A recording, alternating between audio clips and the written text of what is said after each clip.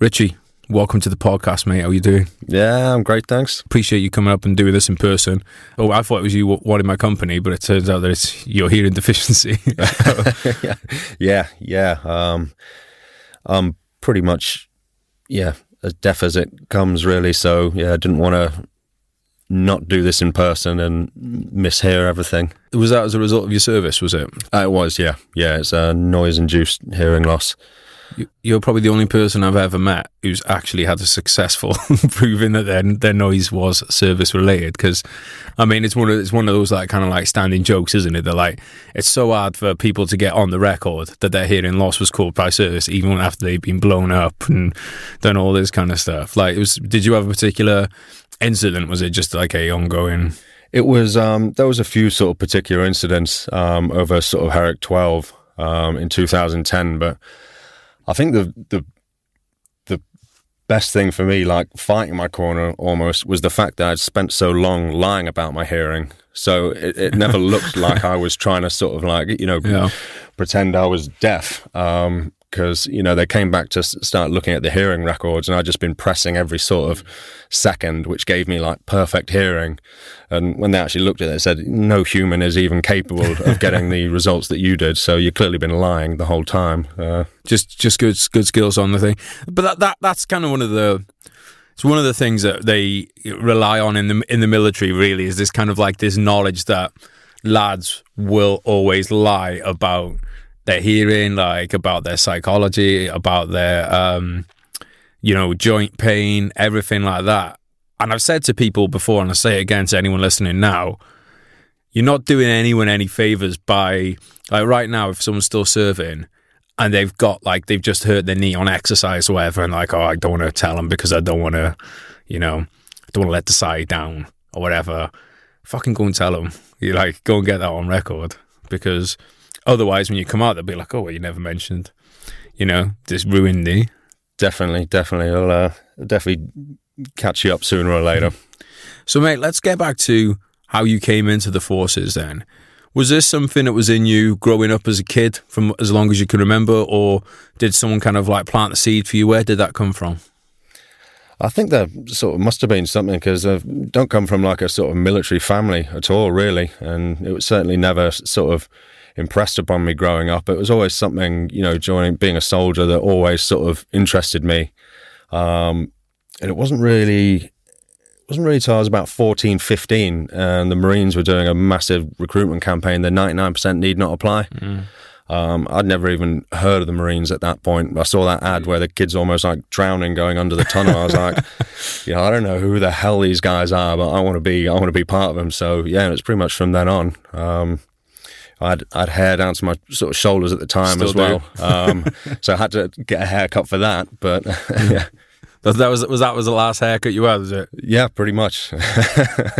Mate, so for people, obviously we're doing this on audio, Richie has, and I say this as a hair connoisseur myself, he's a very impressive head of hair. When you saw that advert, mate, were you like, as a teenager at that time, were you a thrill seeker or something? Like, what was it that made that kind of appeal to you about that? Or was it almost like it was totally different to the life you were living, and that's what made it appeal? Yeah, I don't know. Like I said, I always kind of, had that draw to sort of being a soldier, and just the way that ad for me was just, there's nothing harder than this training. This is it. So yeah, I guess it was just that really drew us to it. Did you have like a point to prove to someone, point to prove to yourself, or was it like, because there's different kinds of drives sometimes, isn't there? You've got like, sometimes you have, oh, I'm going to show her she dumped me, I'm going to come back with a fucking like massive arms. Maybe I'm talking from experience here. But there's that kind of drive, but then there's also the just drive of, oh, I feel like I've got so much potential, it's more like that kind of like that positive energy, if you know what I mean. Yeah, definitely. I think it was more just to like, see what you're actually capable of, and see how far you can go. Like I'd hate to sort of look back sort of 20, 30 years down the line when there's no chance of going for it, and just thinking, I wish I'd tried. I wish I'd gone for that. So yeah, just to see how far you can go, really. Do you think if their campaigning had been like the Snowflake campaign that obviously everyone talks about now, you would have joined? I hope not. but it's funny, but it's the truth, isn't it? Because it's like 99.9% need not apply compared to snowflakes. We want you. You're going to get a different kind of person. Yeah. And I think that's the type of person people the Marines are looking for. Really, it was quite a bizarre campaign, I thought. Yeah, I remember seeing in school. Obviously, I didn't have quite the same motivation as you because I chinned off this advert. But it was a picture of a Marine doing a pull-up and with a cast on his leg, and it said like something like a break in body doesn't mean a break in training. And I thought, yeah, fuck that, I don't want to be a Marine. but I remembered that. I remembered that advert. To be honest, I thought the Marines were, what's the word? Not gash, but part of the Navy, which is kind of what they are. And I just didn't want any part of the Navy. But you know, I remember that advert stuck with me since childhood because I was like, oh, fucking hell. Yeah, that's tough guy stuff. You know, I mean, back then the Army had the Be the Best campaign, which I still think is one of the best recruiting campaigns ever. I don't know how you can improve on just be the best. You know, I mean, yeah, being the best is pretty good. Yeah, sells itself really. What was your family's kind of reaction to you telling them that you wanted to go into a military career? They're all for it. Mum always said she could see me doing something like that. Anyway, and it wasn't a shock when I sort of, you know, went home and said I wanted to join the Marines. But yeah, super supportive. Obviously, not at the easiest of times for sending your kids away to the military, given that, you know, it was sort of, you know, at the height of the Afghan campaign. But no, they're nothing but supportive. Do you think the fact that there was war going on probably had was that something that kind of pushed you into it? Yeah, 100%. Right. Yeah, it's you know, I don't think anyone joins any kind of sort of, you know, Marines, Paras, any infantry unit to not then go and do the job. You know, or not want to go and sort of do the job rather. So 100% that was because, you know, I knew 100% if I passed out as a Marine, I would be going to Afghan. So what year are we talking about here? So yeah, 2008, sort of went through training, fortunately passed out as an original, and then yeah, joined 40 Commando in 2009, went, did an exercise, went to Brunei, did some jungle training, and then yeah, 2010 to Afghan. That must be, it's really weird because a lot of the guests we have on the podcast, they're people that joined like kind of like either just before or just after 9/11. But there's obviously this whole kind of, you know, group of people like your own age, you know, kind of early 30s who joined peak kind of like, you know, just after kind of peak Iraq. I agree with you about what you're saying about I can't believe people join the infantry and don't want to go to war. Those people do actually exist. I've met them, unfortunately. Like, it's mad. It's like, what are you doing here? But they exist, which kind of makes sense. Some of them joined in peacetime for, you know, a wage, because let's be honest, being in the infantry on a day-to-day basis is one of the easiest jobs on the fucking planet. Being paid to sit in your bunk. Or back in the day, being paid to basically be an alcoholic was what it was. Jeremy Kyle was one of our biggest... Jeremy Kyle, mate, yeah. He's been shut down now as well. Exactly. I don't know what the lads are up to then. Yeah. Well, Call of Duty has replaced Jeremy Kyle, mate. But that's basically, you know, the thing, that those people existed. Everybody that was on your kind of your training course, everybody there was, because the other thing as well, mate, with obviously the Marines being the Marines, you get very, very regular tours, don't you? Yeah. So there's no chance that, you know, you're going to go anywhere other than somewhere where something's kicking off. What was the kind, like what was the variety in the kind of people that you got in that intake with you? It was an eye-opener. It was like a complete, like, from, you know, I guess educationally speaking, people with like no educational qualifications whatsoever, right the way through to people with degrees that were like, you know, sort of late 20s. It was obviously the majority is sort of, you're looking at sort of 19 to 21 years old, you know, around about that area. But it really was a sort of mix that, I don't know, I guess I never expected. What's the kind of like benefits and some of the negatives of having that? You know, I would guess. Well, I mean, I guess it's not the diversity that we think of. You know, it's in what people say diversity is now, but that's true diversity, right? Of diversity of backgrounds, education, everything like that.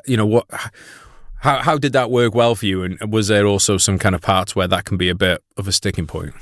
I don't think it'd be a sticking point as such, because generally speaking, everyone that sort of gets through is kind of at the same, well, I guess mindset anyway, sort of irrelevant of sort of where you come from. You're all kind of thinking along those same, and you're all that, similar personality type, I guess, in that sense. Because one of the things, and this probably, might not be a thing with the Marines for what you're just saying, but I can imagine if you take a 28-year-old and sticking with a bunch of 19-year-olds, you can get fucking fredders with their behaviour quite quickly. Is that an issue, or are these quite mature 19-year-olds? Or very mature 28-year-olds? Yeah, exactly. Yeah, for sure.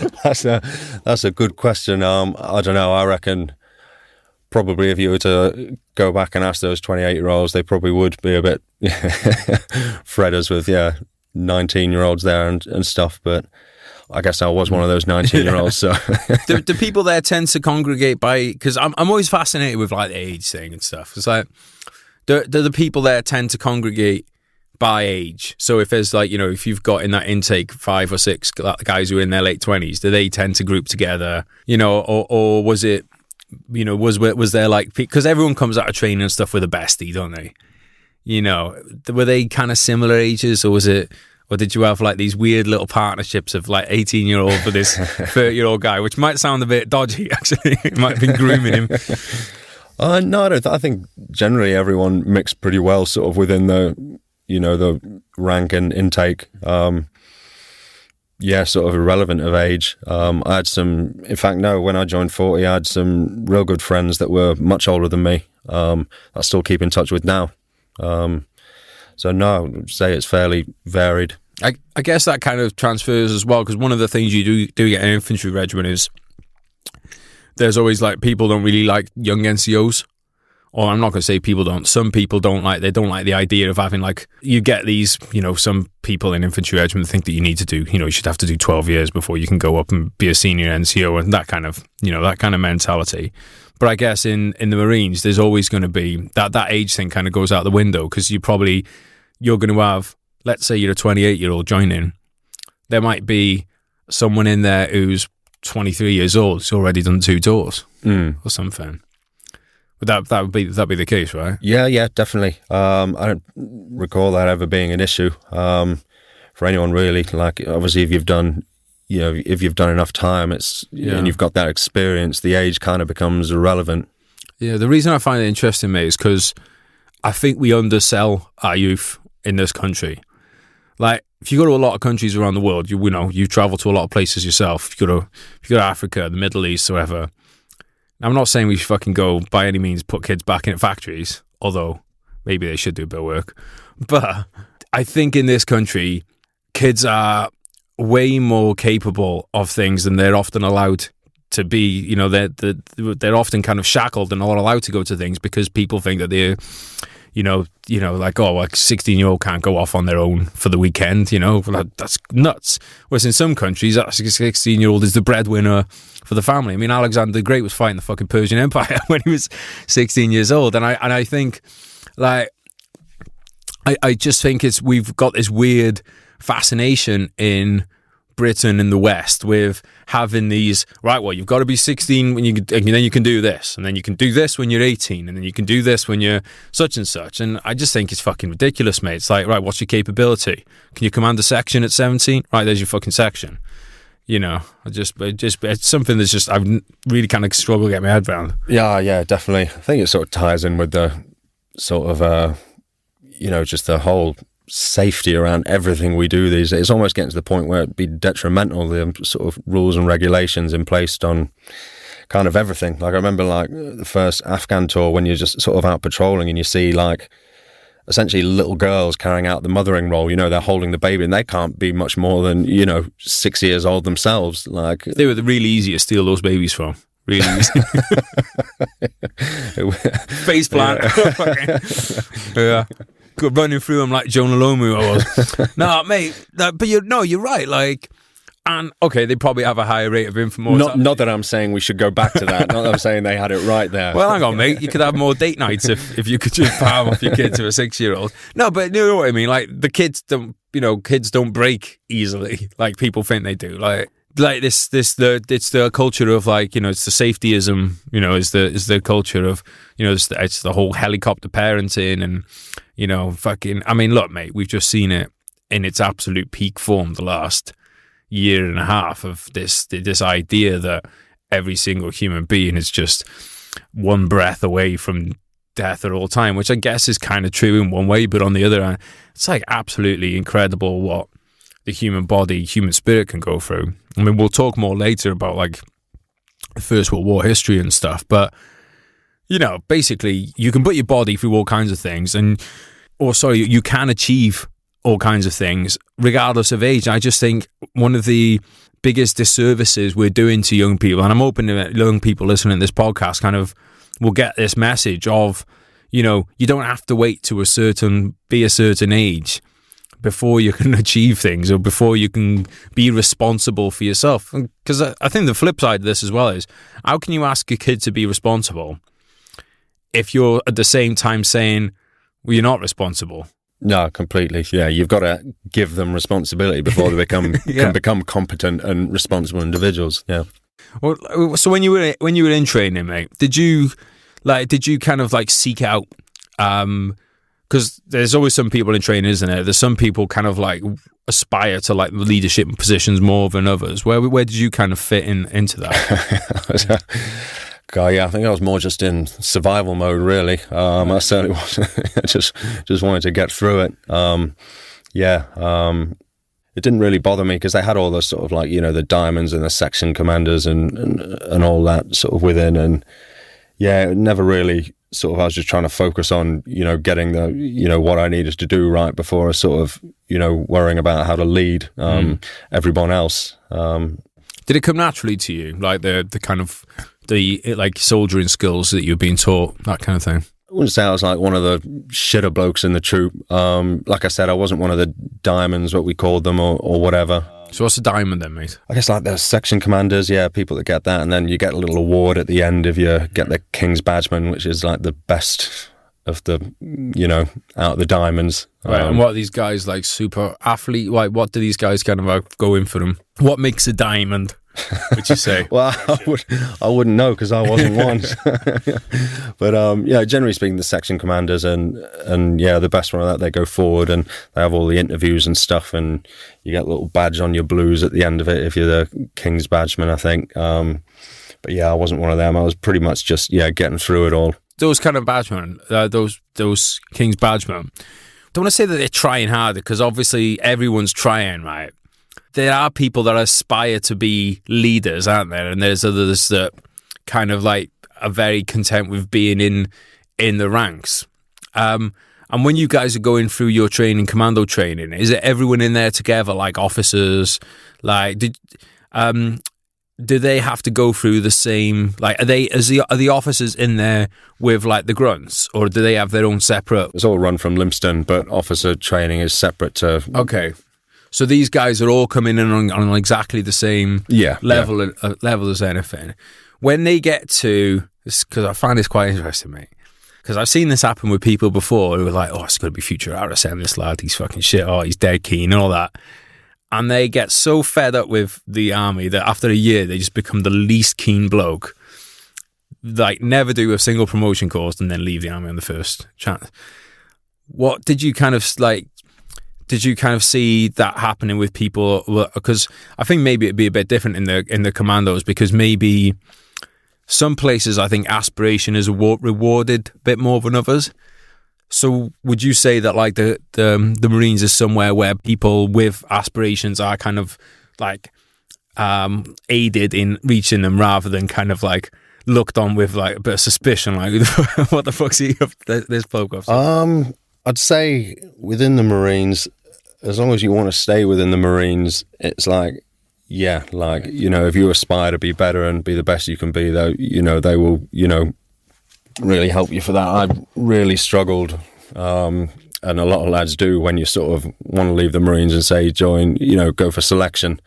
that's when, that kind of ends, and you do get sort of a, not pushback, but it definitely gets made difficult for you.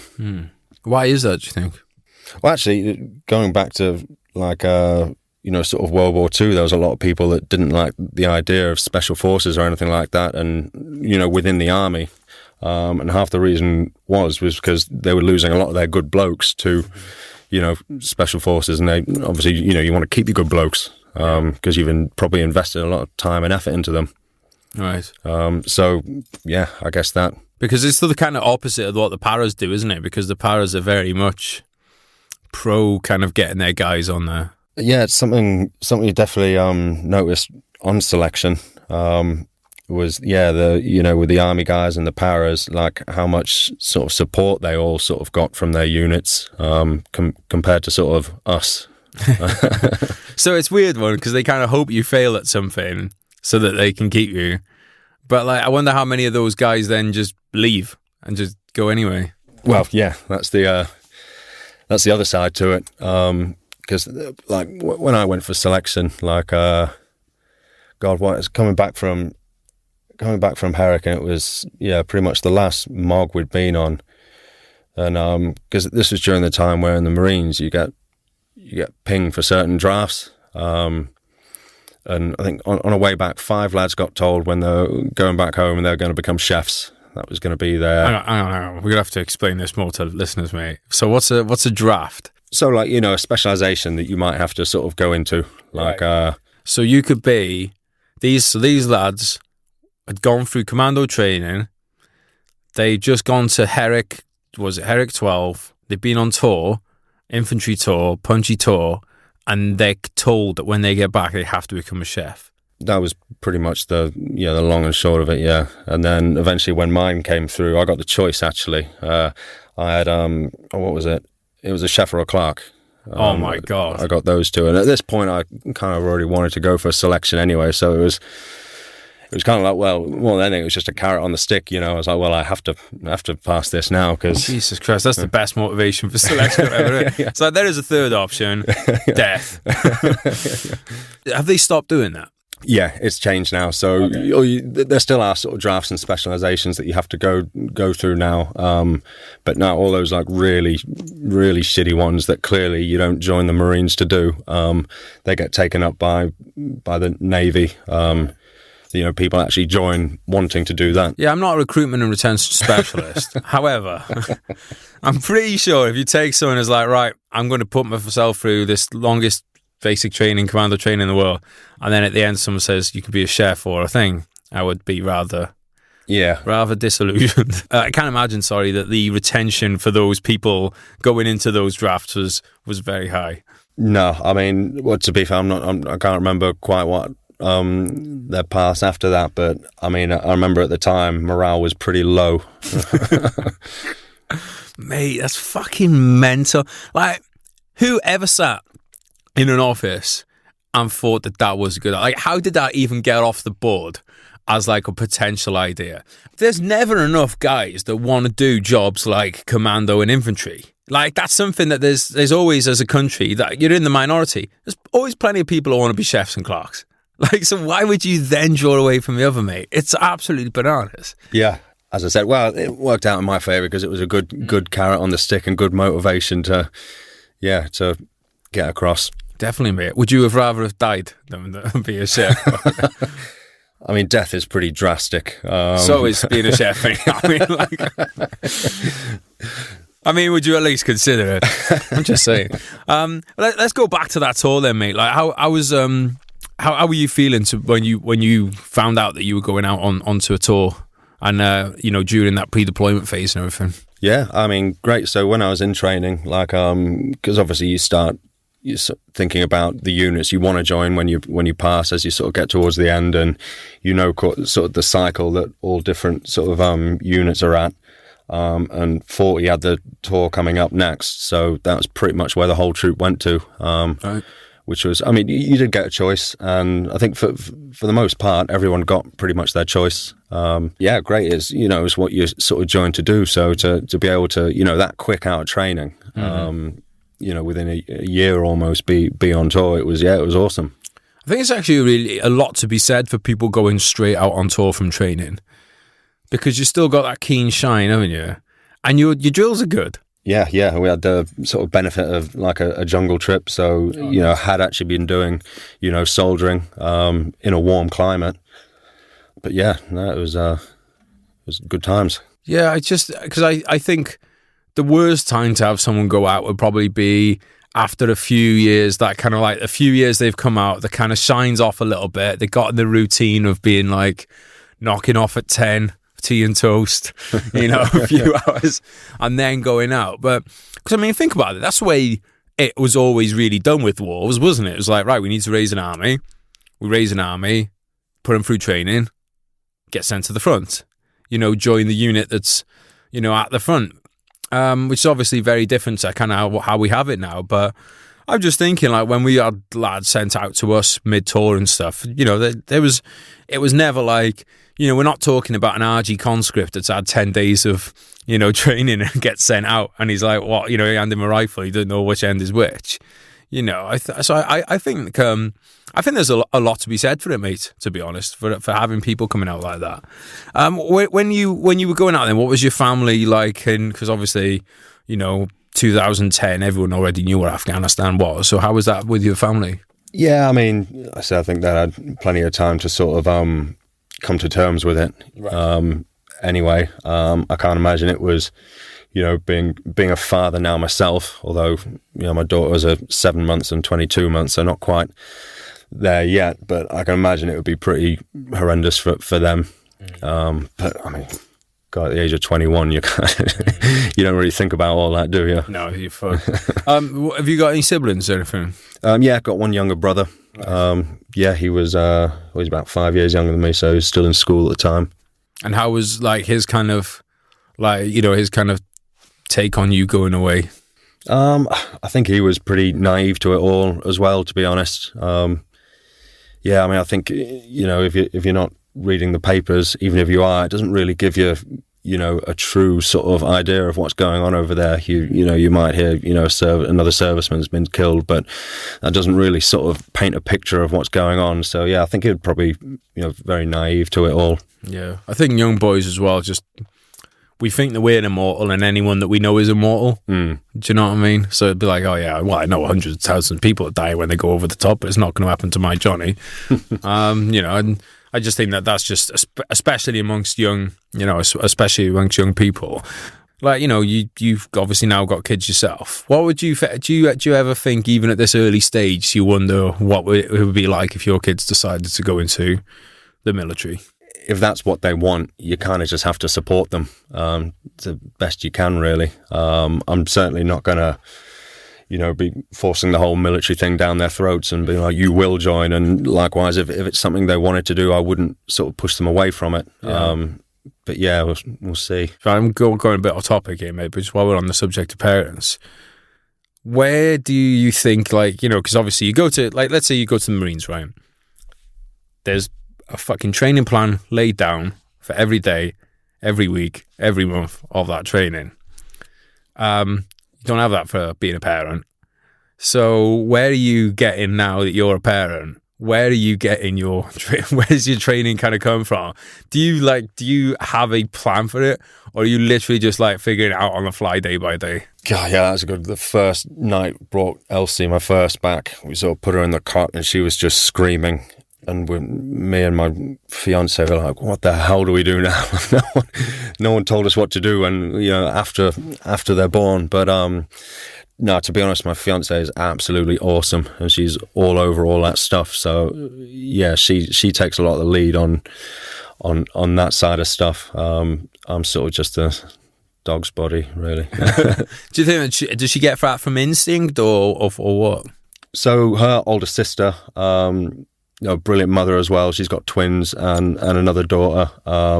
So a lot from her, a lot from her mother, I think. I think that's where she gets a lot of her sort of parenting style from.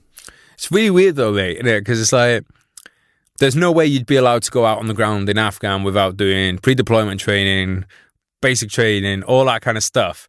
But then people are like, right, there's a human life. take care of it. Yeah, just figure it out. Figure it out. You'll be fine. Like, mate, you can't drive a car without going to get a fucking license for it. And I'm not by any means saying that people should have to have licenses to have kids, but it's just pretty mental that we have all these regulations for everything. Because I'm pretty sure you can fuck up a kid really easily. Like, you know, it doesn't take that much to fuck up a kid's life. And it's just kind of a weird one, mate, that we have like no. Just really, it's just purely on like, look, if you're lucky, then you've had good parents and you've seen your friends do it or whatever like that. But essentially, you're just allowed to just figure it out as you go along. And that's probably why younger kids, like probably why, I don't know, maybe if people have like more kids, they get better at it as they go along. Who knows? I mean, do you find it easy the second time? Well, yeah. Well, I guess we'll see how the first turns out compared to the second. Yeah. But there's just, I don't know, mate. It's just one of the things when I look at, you know, I don't have kids myself, don't really plan on having them, but I just look at the world and I just think like, this is a bit mental. Yeah, it's a pretty. After having them, you feel like I could have done with perhaps a bit more sort of heads up on this. Yeah, it's just bizarre, mate. So, right, Afghanistan. How was your first impressions? Like, I always think of that. It's like that scene in Platoon, you know, when you land, they land in Platoon and there's the Adagio for Strings is playing. Was the Adagio for Strings playing when you landed in Afghanistan? I didn't have that, but the scene wasn't too dissimilar. You know, like the back of the tail ramp opens and you're just on a dusty airstrip with just like a hive of military activity and. But yeah, that was pretty much my first look in. Was it an exciting day? We got in at night, but yeah, no, it's because you've always got the sort of like you know, the what was it, RSOI package, whatever. You got like sort of 8 to 10 Don't days. have that in the movies, do they? No. Fucking couple of days of background activity would really take people would be getting up and leaving the cinema if that was on, mate. Pretty rubbish if it was actually realistic. But yeah, so you got 8 to 10 days of that, and then you're going off. So that wasn't too interesting because you kind of know what, you know, it's just like a training package just in Afghan. And then, but no, I like yeah, no, I loved that tour. Loved being away. What role were you doing out there? GPMG gunner. Nice. Which helped the hearing, definitely. Yeah, definitely. And for bees, we can have a conversation between the two of us. Was that something you asked to do, or was it just you just got dicked for it? I kind of just fell into it. When I first joined Delta Company, I went to a fire support troop, and then for whatever reason got moved to a close combat troop. But because I'd spent a lot of time with sort of, you know, the GPMG. And sort of the guns, they just gave me a GPMG as soon as I joined. And then that was me. So how did you have the platoons and stuff structured in like M40 Commando? You mentioned close combat platoon. What's that, like a rifle platoon? Yeah, so it's much the same as what's in the army. But when we're out there, we weren't quite working as a troop, as we call them, rather than platoon. We're in like multiples. So it's kind of like half a troop, I think it worked out as. There's about 18 blokes, I think, 12 to 18 blokes. Basically all worked around sort of the ECM and all that, you know, the electronic countermeasure equipment to counter the IED threat, I think. Did you get away with not having any ECM then? Yeah, because I was a GPMG gunner, so it was great. Obviously, you're carrying a lot of weight, but, you know, if you get into a scrap, then you're going back light. So ECM, for people that aren't familiar with it, basically a big lump of metal you carry on your back in the most shit day sacks ever fucking created. But somebody probably got rich off the back of them, just saying. Absolute gash. Although I will say the ECM itself, amazing. You know, definitely worth the wait. But how they couldn't actually make a decent day sack to go along for that is just beyond me. Most chippy thing ever. Mate, I've got to say, right, correct me if I'm wrong, right, it's just my personal opinion. Why do bootnecks look chippy a lot of the time in photos when I see them? I'm just going to put this out there. I've seen a lot of photos. I'm not seeing much NBC boots on the helmet or scrim on the helmets. What's going on? Is there something against scrim on the helmets in the bootnecks? Yeah. I was pretty confused the first time I saw scrim on a helmet, if I'm to be totally honest with you. Yeah. I was out in Afghan, and I was like, what's going on here? What the hell's that guy doing? Is it true that you guys use, it's like like there's an emphasis on using issued gear? To be honest, when I was in, so it was up to about 2012, there wasn't really any. Yeah, it was pretty much just issued gear. No one really bought their own kit. I don't. And was that like by decree, or was that like just people's choice not to buy it? Were you all tight with your money, is what I'm saying? Yeah, I think probably just all tight with the money. Because like I know like a lot of regiments is like how much non-issue can you get away with? So it's almost like, you know, you're trying to get like, it's almost like, you know, that kind of like pirate look of everyone, like everyone wants the Gucci non-issued stuff.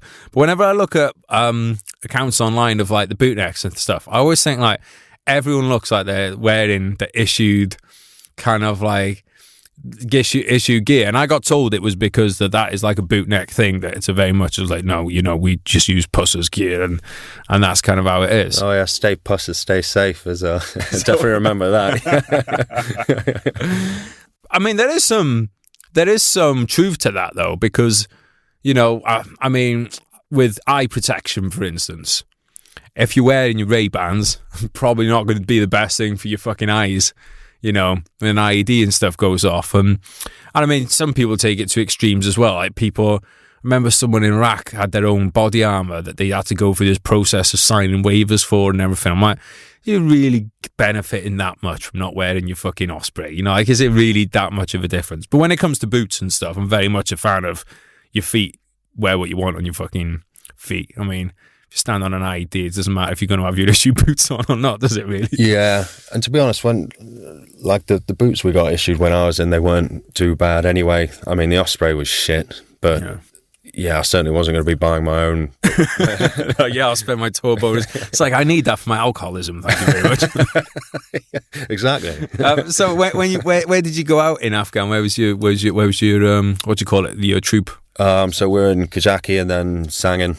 How come you moved around? It was just the way it was going at the time. I think it was the time of the handover to the USMC. Oh, okay. So in Kajaki, they just, I don't know, for whatever reason, they took over that area from us first. And then, so then... Probably because they saw there was movies getting made out of it, and they thought it was a great franchise potentially for a sequel. Hey, yeah, possibly. And then... Yeah, just Sangin for 3 months. How was that? Yeah, it was a different experience to Kajaki. You kind of had to sort of patrol for, you know, you used to get up at like 3 in the morning. This is the summer, you know, it was like 50, 52 degrees during the day. So we had to get up at like 3 in the morning, just, you know, if we're patrolling out far enough, just so we weren't out all day, you know, in the heat of the day. So yeah, it was like long patrols, whereas Sangin, like, fucking hell, I don't think the whole time we were there we moved any further away than about 800 meters from our patrol base, just because you couldn't, the freedom of movement with the IEDs and all that. Why was it that you were so hemmed in with IEDs in Sangin? God, I mean, it's just a built up area, I guess. So it's a case of just not having enough boots to basically dominate the ground then? Yeah, I mean, so when the IED threat got so ridiculous by the time I was there, like I know you probably had the Valens when seeing them, but so when I was out, it was the front man or front two men would Valen and everyone else would follow, and under no circumstance would you walk outside that lane. Like ever, even if you're in contact, you had to go back sort of along pre-cleared routes, and so that's kind of the reason why you couldn't, because the movement was so slow. You couldn't go too far. So when you were up in Kajaki, then you could just kind of cut your own routes without worrying too much about IED threat. You'd still Valen, but it was much more open, sort of like terrain, rather than the sort of like the built up sort of area that Sangin was. Can you remember first time you got into contact out there? Yeah. In Kajaki, yeah. Wasn't too bad, actually. It was from about 700-800 meters away. They're good ones, yeah. It was fairly tame, though. It was, like we were just about to leave. We'd been on this building for a while, and everyone was getting off, and I was the last person, one of the last people still on, and then you just hear the crack over your head, and then sort of in the distance, all the smoke sort of coming up from the firing positions, and it wasn't too bad. Went to work, did you?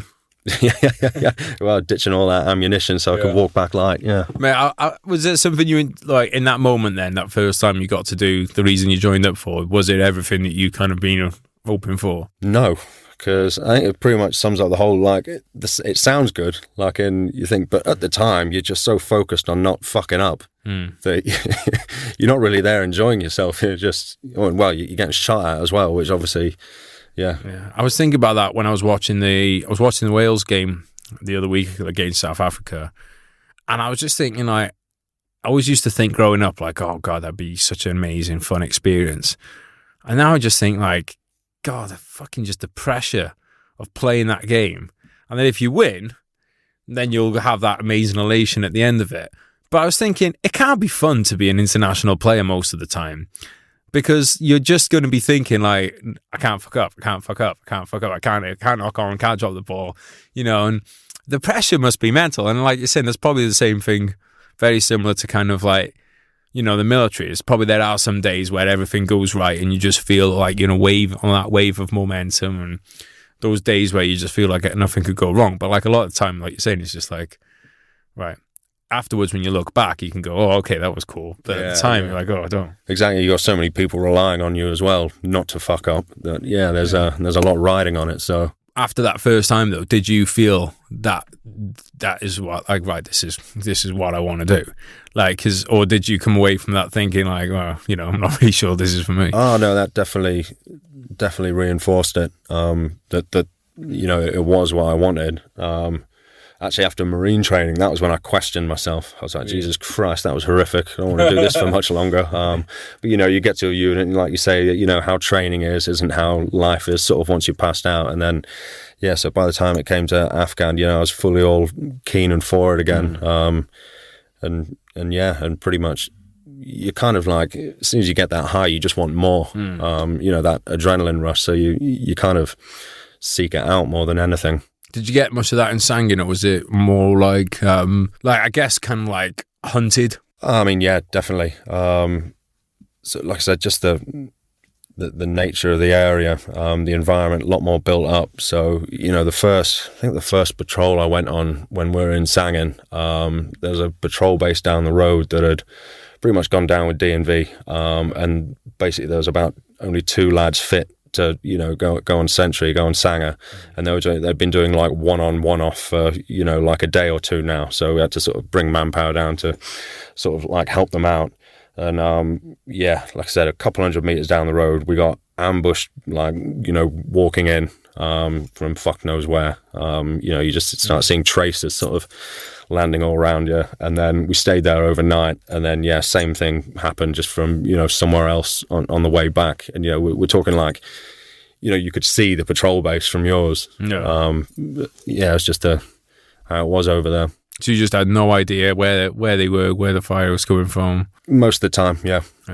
And like, what was it like in terms of the ID threat out there and stuff? Like, was that something that was just constantly on your mind? As a GPMG gunner, not so much, because obviously it was the Valen guy's sort of job to sort of like think of all that. So I was just sort of focused on what it was that I needed to focus on. But I mean, that was the main threat out there. It wasn't from small arms fire, it was the IEDs. Well, that's good though, that you had the faith in your guys. I think that says a lot, that you trust the guys in front of you, that you were able to kind of put that out of your mind a bit. Oh, completely. Yeah, and you have to. And you do trust the guys that you're with. You do get real close to them, and you know them real well. So there's that trust there. Any particular incidents that like really kind of stood out from that tour? Yeah, I mean, the first time anything happens, they're always first contact where you think, Jesus Christ, that was close. So what was that one then? That was in Kajaki as well, actually. That was from about, it must have been about 80 meters away, but there was like a river that sort of bent round to my front, and then just from across that, they got opened up on. So the rounds kind of just like went all the way along the water and over my number 2's head. And then it kicked off there, and then we were contacted from left because the gunners were a bit forward and the main body was back from that, and they had contact left from about 15 meters away down an alleyway, and it all went off then.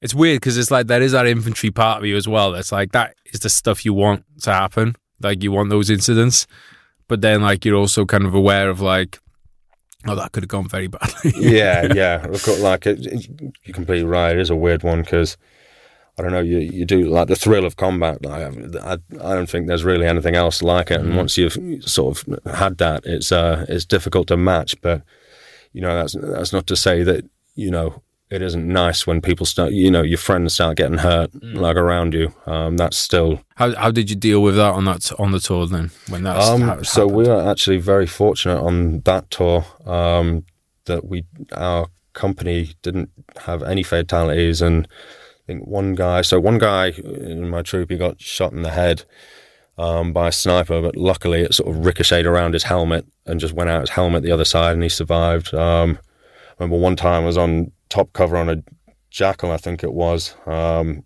we hit an IED, but luckily only the detonator went off, and it just sort of blew all the explosives all over us.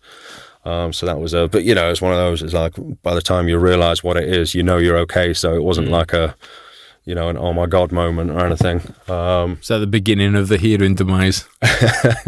No, it was actually that was Kajaki actually. That was in one of those old Russian. They had the old Russian bunkers up there. We had the 50 cal in. Oh shit. And we had it was with American USMC guys. They're like artillery guys, so then not specifically working on the guns, but I was number 2 on this gun feeding the ammo, and this American comes in. He's like, oh God, how can I help? I was, I'll prep those boxes for firing. So yeah, I don't know what he thought prep the boxes meant, but what he did was tore the boxes open, took all the ammunition out, threw the boxes away, and just passed me like link left. So then couldn't put it in the boxes. We didn't have time to get any air defenders or anything in. So yeah, just in an enclosed space, putting about 400 rounds through a 50 cal. For a good week. So, fucking head must be pounded after that, mate. With the Americans then, were you like doing like joint patrols with them and stuff? A couple like handover patrols and stuff, but it wasn't like I wouldn't say it was a sort of a proper close sort of working relationship like that. It was more just for the handover procedure. What was your kind of thoughts on the Americans? Oh, I really liked them, yeah. Okay, I was going to say, keep in mind that we have about 50-50 listenership. No, they were...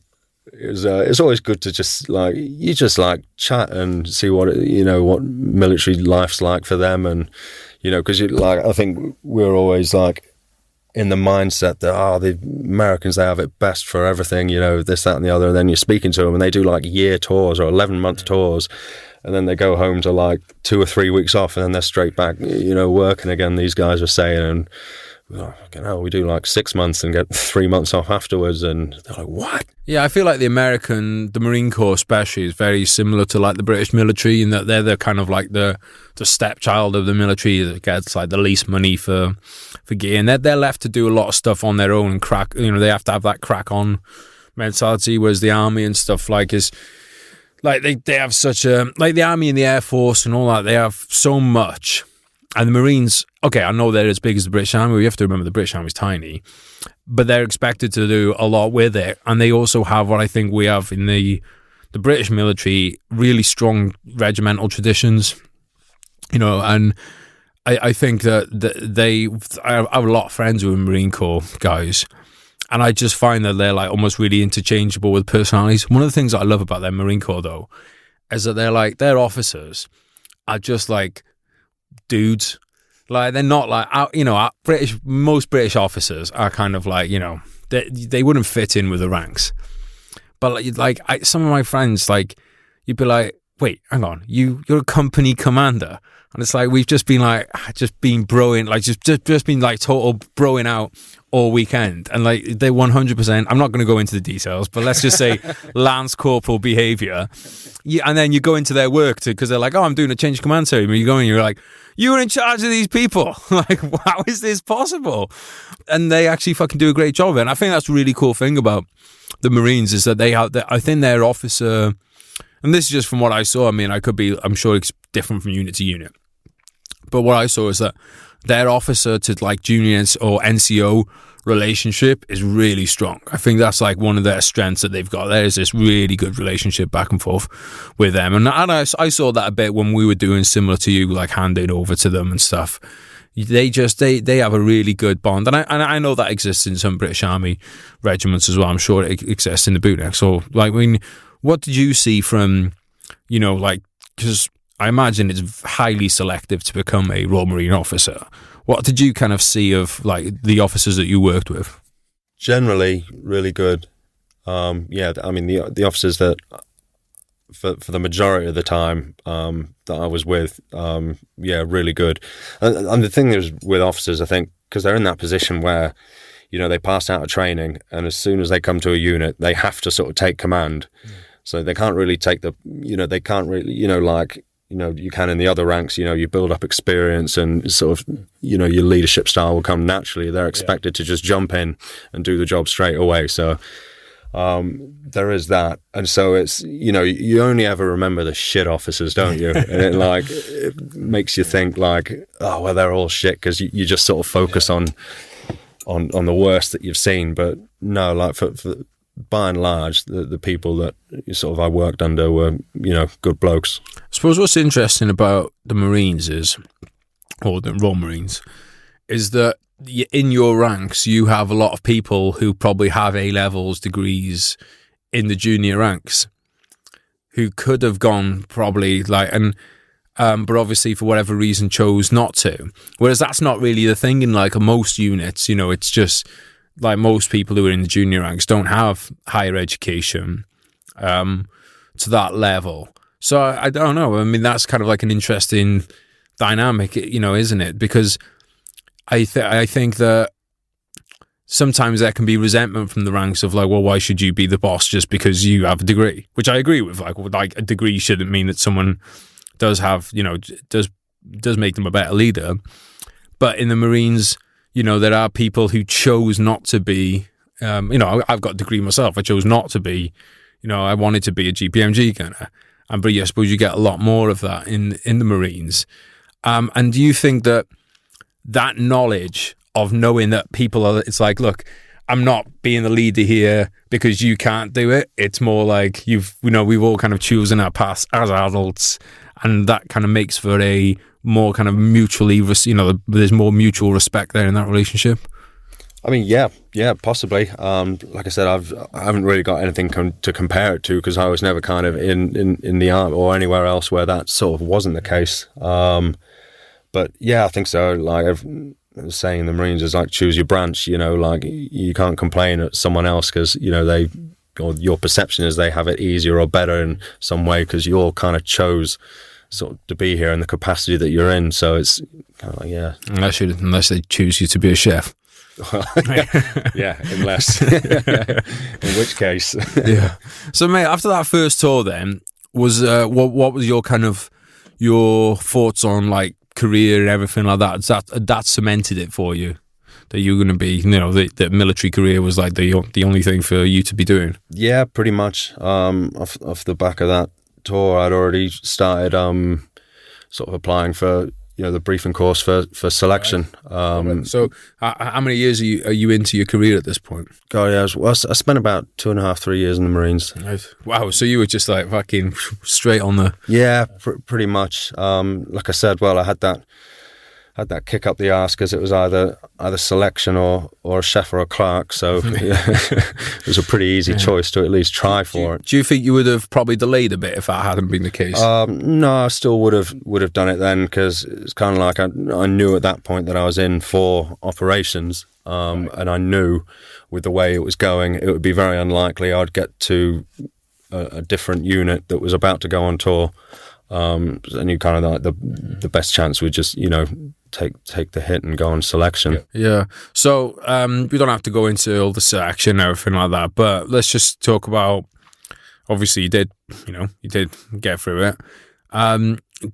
That when you got into, you said you wanted to be in for operations, did you get what you were asking for, I suppose? Oh yeah, definitely. Yeah, it was it's a pretty fast and furious pace. You're sort of constantly away, and it's a very regular sort of cycle of operations. So yeah, 100%. Like, were you even aware of what it would be like until you actually got in there? Not really, no. Like, it was sort of going in, when you're going through selection, everyone's kind of telling you, your feet aren't going to hit the ground, like, it's going to be such a learning curve, and you're kind of like, yeah, whatever. I'm just focused on today right now and getting through that. But yeah, they're completely right. But the thing at the same time, because it's what you put yourself through a lot to go and do. You enjoy doing it, you want to do it, so it's not, you're glad to be doing it, sort of thing. So yeah. How is selection compared to like the like Royal Marines kind of training? In all honesty, I mean, obviously it's a lot harder, obviously, but I found the transition from like civilian to Marine harder than I did, from Marine to Special Forces. I found that, becoming a Marine, that sort of, it's a shock to the system the first time you're away from home, away from mum. And, you've got, 8 months of that. Whereas when you're going through selection, it's long and it's a lot harder physically and all that. But, you've been through Marine training already. You've been in a unit for a bit. You've been on a tour. So by the time you're just a lot better conditioned to those kind of hardships anyway. Yeah. And what kind of age were you when you were doing this? So 21 when I first passed the briefing course. I actually failed the first selection and managed to blag my way when I got back to 40 because they wanted me to go on an exercise, but managed to sort of blag my way through that, not go on that, and get on selection the second time and fortunately passed. All right, so what was he? Can I ask why the failure was in there? The hills, I just burnt out and yeah. So when you say burnt out, was like what you like missed? You just not was that down to not timing your pacing properly, or just like physically burnt out and didn't complete the marches in the times that was sort of required. Was that a surprise to you? You could sort of like feel yourself on marches. You're like, hey, I'm starting to flag here. But yeah, it was a bit. I wouldn't say you felt pretty down afterwards because I was like, Jesus Christ, I don't know if I can get on the next selection, and if I can't get on the next selection, it's a chef or a clerk. Yeah, start fucking flipping them burgers. So yeah, but no, fortunately, I pretty quickly managed to wangle it and get back on the next selection. So it wasn't really a case of being too downhard about it. It was just like, right, I need to make sure I pass this second time. Was that the first time that you'd kind of failed at something that you really wanted? No, I've failed. First when I went for Marines, the PRMC, I failed that first time. Yeah, and again, it was just the same. It was like, well, that was shit. I'll make sure I don't do shit next time.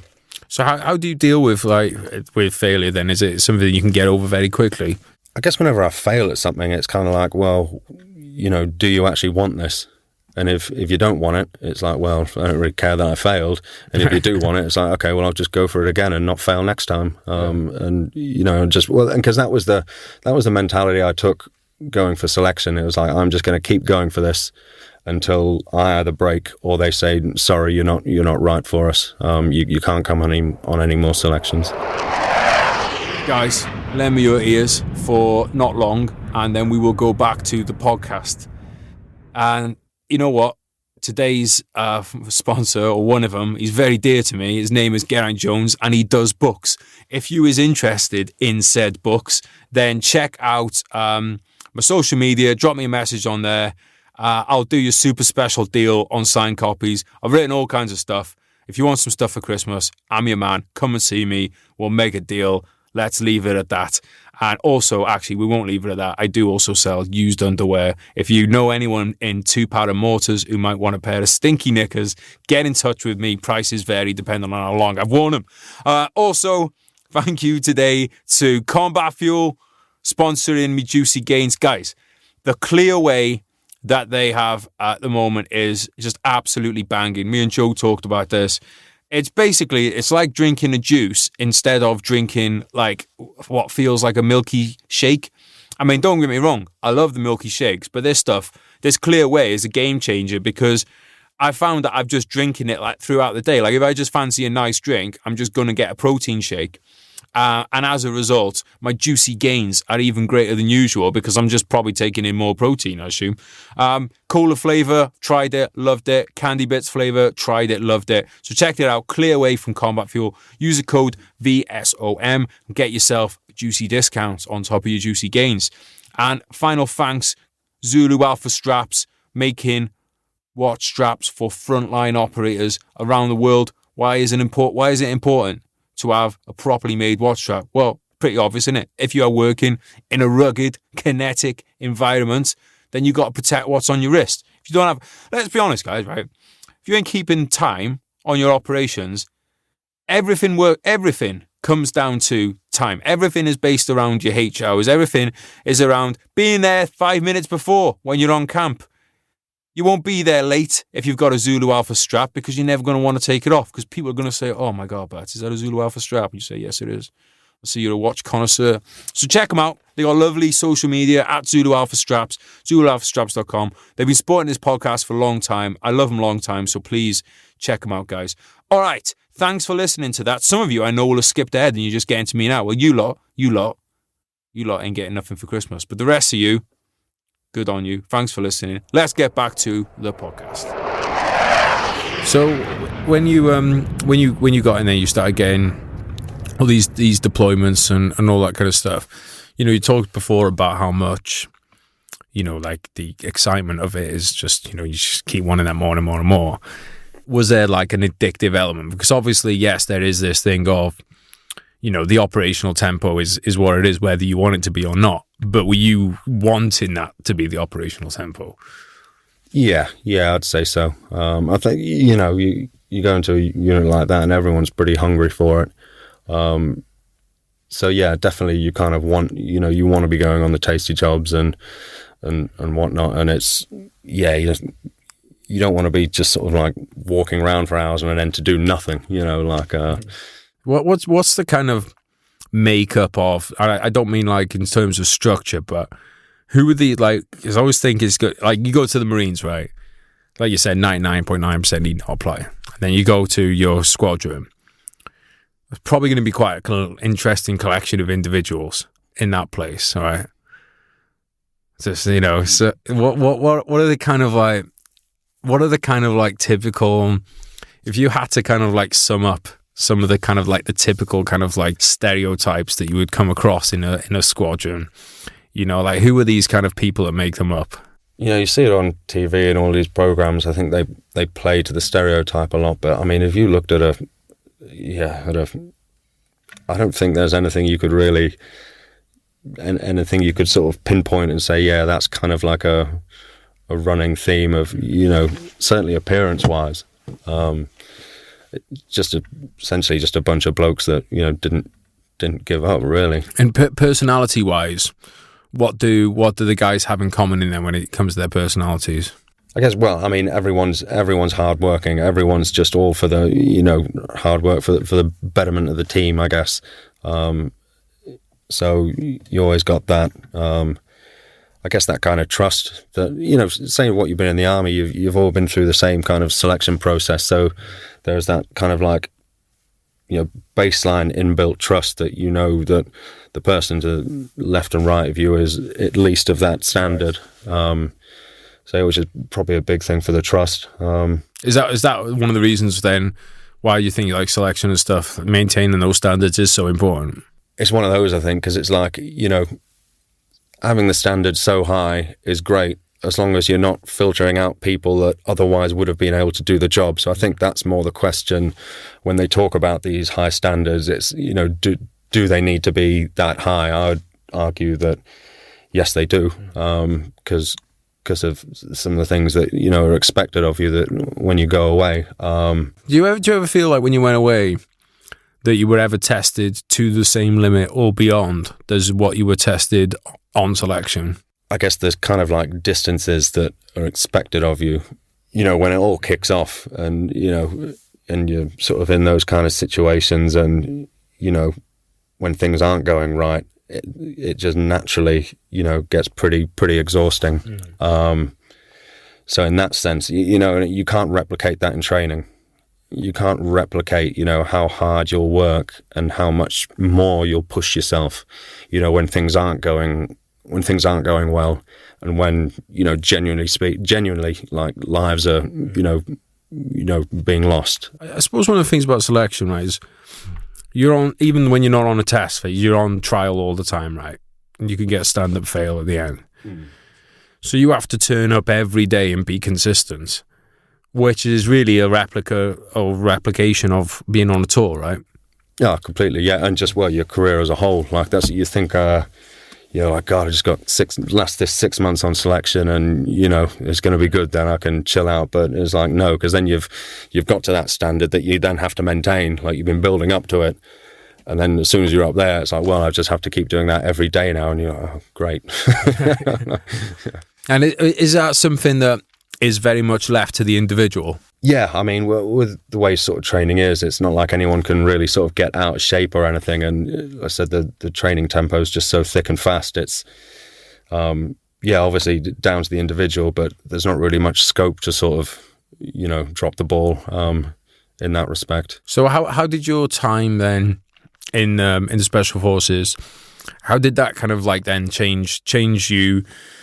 Maybe you'll kind of like change your views on the world, change what like your experiences, good and bad. Because obviously I'm just trying to tiptoe around this because we don't want to go into operational details, but were there incidents that kind of were like, let's call them like life-changing or like momentous occasions, for you? Yeah, I'd say, like, every tour we went on, you see things from a different perspective. Like, I remember the first tour with the Marines, like, like, I loved it in the sense, the thrill of combat, I loved that, but I kind of left it thinking, like, what was the point? Like, what have we actually achieved? Because what it felt like at the time, like Kajaki sang in, is they were just like, just an arena. And, we were sent there to fight, the Taliban sent their fighters there, and we just fought it out. And, because you don't see the bigger picture, you're just there fighting. And then so the next tour that I went on was, very different again. But it was very much like, again, like, enjoyed it and stuff, like, great experience in that respect. But it was kind of like, to what end? What's the point of this? Like, what's the benefit that anyone's really? Because at the moment it just feels like you're just fighting people at a higher level now. It's not the sort of like, and then, but it's the third tour I went on, and it was, very different. I got to see a lot more, rather than just fighting. It was like you're very much, I'm trying to word this properly. You got to see the benefits of what we were doing. Yeah. Like a sort of, moving around in areas that were getting the benefit of, the Western influence, the Western money. And it was, I wouldn't say safe, but it was much safer than, the places that you've been going. And there was universities there where they're learning actual subjects, like law, engineering, maths, things that, would have eventually built the country up. You saw, like, the first time ever I saw little girls, walking to school just like hand in hand. They didn't have lollipop ladies. They had like some Afghan policemen like stopping traffic to let the girls across the road on their way to school. And you kind of saw that, and it was, for me, it kind of felt, okay, well, this is what, this is the why almost, or, and this is the good that is coming from, all the fighting that's been going on. How did you feel this summer with everything that went on in Afghanistan? Yeah, it was pretty heartbreaking.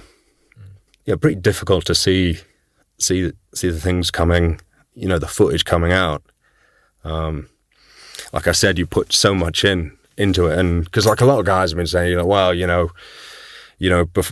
before Afghan, you'd never even heard of the country. We went there to scrap. We got to scrap. What's your problem? And it's like, yeah, that's true to an extent, because before 9/11, I'd never heard of Afghanistan or anything. And when you're young, you are just kind of happy that, well, there just happened to be a war on that and you get to see combat. And But, you know, when you spend so much time there, you know, and you put so much into it, you can't help but, you know, developing some sort of attachment to it. And like I said, that, you know, you see a lot of horrible things, you see your friends hurt, and, you know, you even have to do some pretty horrible things. And, you know, to see the sort of the end of that with babies hanging in razor wire and people falling from planes, it's like, fuck, you know, it feels like a lot of my life has just, you know, been, but then, you know, you sort of feel like that for a bit.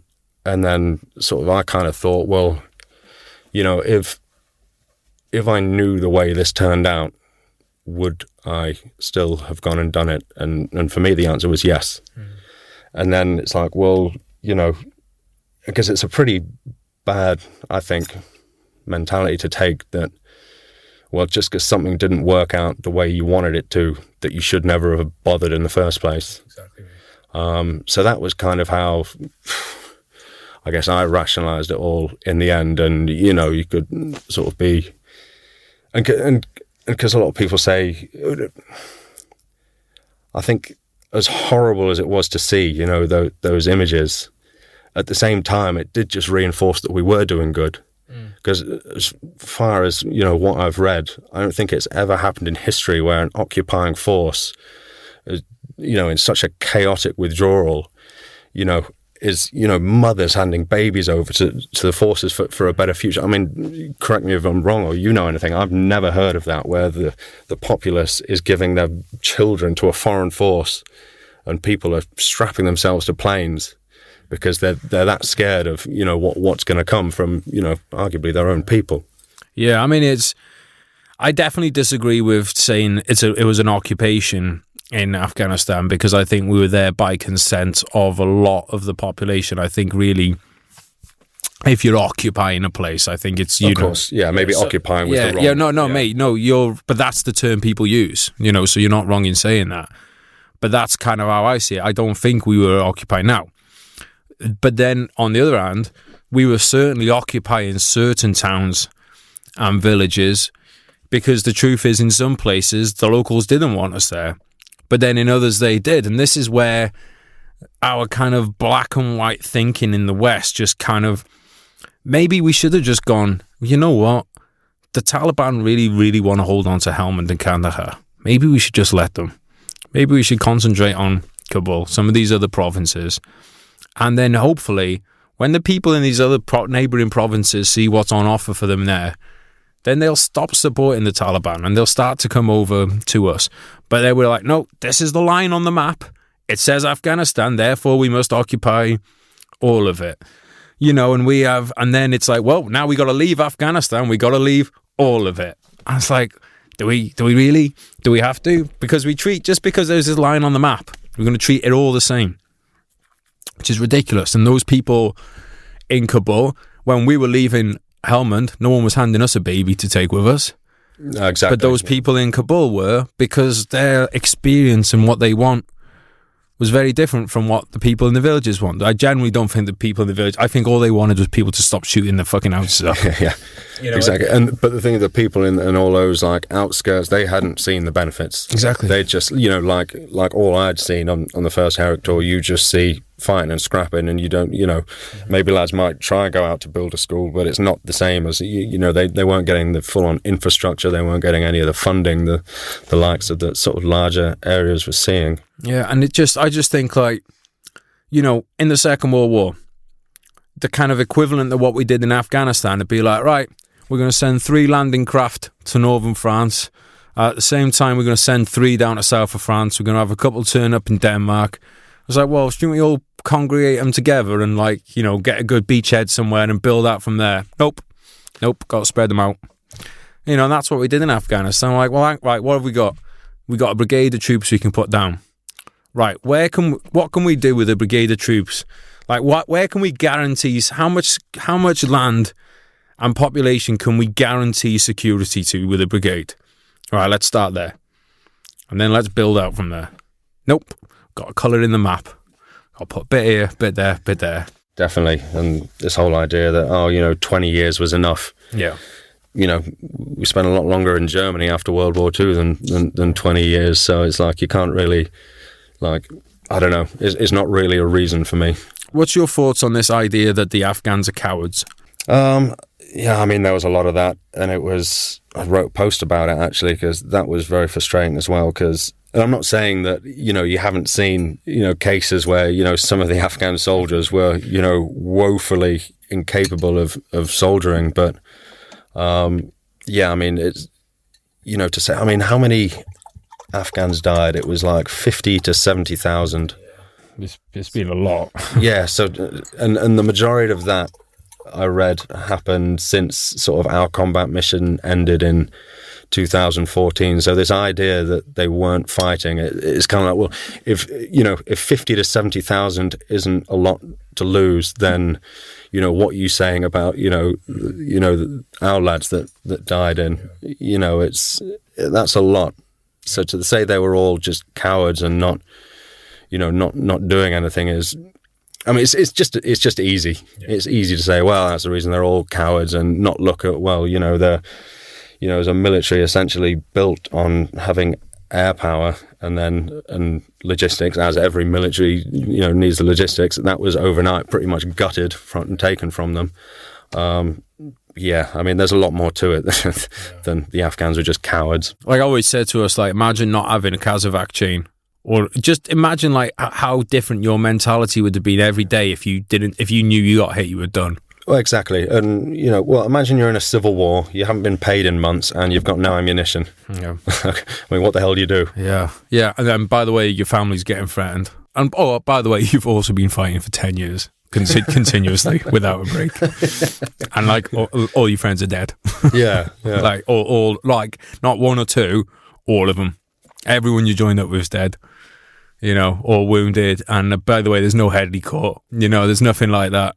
You'll just be a cripple for life when you won't be able to do anything. You won't be going to no Invictus games or anything like that. You're just done. Yeah. And it's, especially when you've worked with some of them that to be genuinely good blokes. And, not just, you get along with them really well. Our cultures are sort of worlds apart. But it's like when you work with people that closely, you eventually kind of see past that and see the fundamental things that, they just wanted, safe place to bring their kids up, basically. It's one of the tragedies the world makes, because it's like, that is just basically what you figure out with everyone else. When it comes down to it, the majority of people want a safe place to raise the kids. I'm thinking like, this seems like really achievable. But how are we fucking this up? Like, literally, all we need to do to achieve this is not do anything. like we shouldn't be fucking this up. Like, right, what do you want? I want to raise my kids in peace. All right, cool. So do I. There we go. Should we fight? Okay, then. Yeah. Sounds like the best way to make sure that happens is for us to fight. Like, no, I just don't fight. Like, and I agree with you, mate, because I'm the same. Wanted to scrap, got to scrap. So I'm not complaining about that, but at the same time, maybe somebody should have told us no. Maybe that's the job of the adults. Maybe the job of the adults is to say, lads, I know what you want to do. You want to go and have a fight, don't you? Because I was exactly the same thing. Well, here's the thing. I'm not going to go and let you have a fight. You want to fight as a UFC fucking ring over there. You go and get in there. These people, like, their house is not a playground for you to go and, blow up and shoot and all that. Not to say that there aren't bad guys that need shooting in the face, because they do exist. But at the same time, I think we need to be, fucking need to recognize that there is this part in us, not just as individuals, but as a nation. A nation gets the itch to fight the same as a young lad does, I think. You see it come out of people, mate, as soon as it doesn't take much from the media, like, for you start to get a few stories in the press about, like, I don't know, like China or whatever at the moment. Everyone's like, I need to put China in their place. Do we? We need to do that. Yeah. Yeah. We need to do that 55-year-old guy with a fucking 45-inch waist. Go on then, what are you going to be doing to him? But it gets like that, though, very quickly, mate. People are like, they need to be put in their place. Yeah. I think with the whole sort of, Afghan-Iraq thing, that, 9/11 was, and at the time it's very easy to sort of, you can look back and be like, what was the point? What was the but you kind of have to, when looking at that kind of decision-making process, kind of remember that back then there wasn't this 20 years of, well, this is how it's actually turned out. And, you know, it was very different times then, I think. But yeah, totally agree. It can't just be, Well, you know what, mate? I remember, though, when Iraq kicked off, people were genuinely behind the Afghanistan thing because of 9/11. And when it started, it was out in the mountains, taking down terrorist camps, using the locals, working with the locals, using air power, not losing anybody. What's not to like? What's not to support? You know, it's like, all right, these are the people that kill thousands of people, civvies, yeah, and we're killing them, and it's not in a town, it's just in the mountains, and the locals are okay with it, yeah. All right, cool. Then when Iraq came around, there's actually massive protests and stuff about it because people were all of a sudden like, hang on a minute. Yeah. This isn't really, this seems the same thing. And I think one of the reasons that Afghanistan hurt so much, mate, certainly one of the reasons why I felt pain by it was I'm like, this started as well as we could have asked. It could not have started any better than that. And then it just got perverted. And the reason I think it got perverted was because Iraq went so bad. Then it was like, oh, fuck, we need to try and make up for what's going on. You ever seen that scene in Father Ted where they're like, they've got a car for like the lottery and there's a little dent in there. So he's got this one little dent in the car. So like Father Ted's got this hammer and he's like, oh, I'll just tap it out. He goes to tap it out and he makes another dent. He goes, oh, I'll tap that out. And then they stand back and look at the car and it's just fucking like, it's just covered in dents. And I think that's kind of what happened with like Iraq. It was just like, oh, all right, things aren't going great here.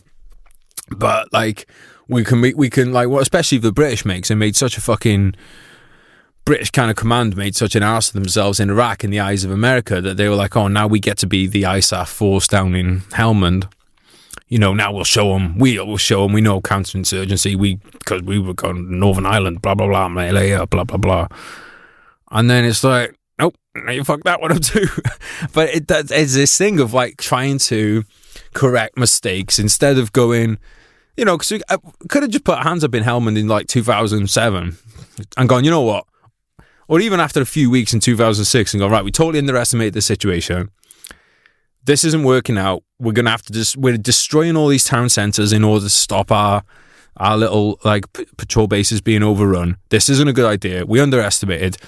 Like, look at the Dieppe raid with, you know, the Dieppe raid was obviously a lot of lessons were learnt there too, that were then put into place with D-Day. But the actual raid itself was a fucking disaster.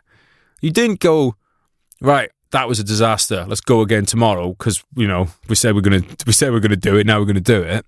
You go, right, learn the lessons.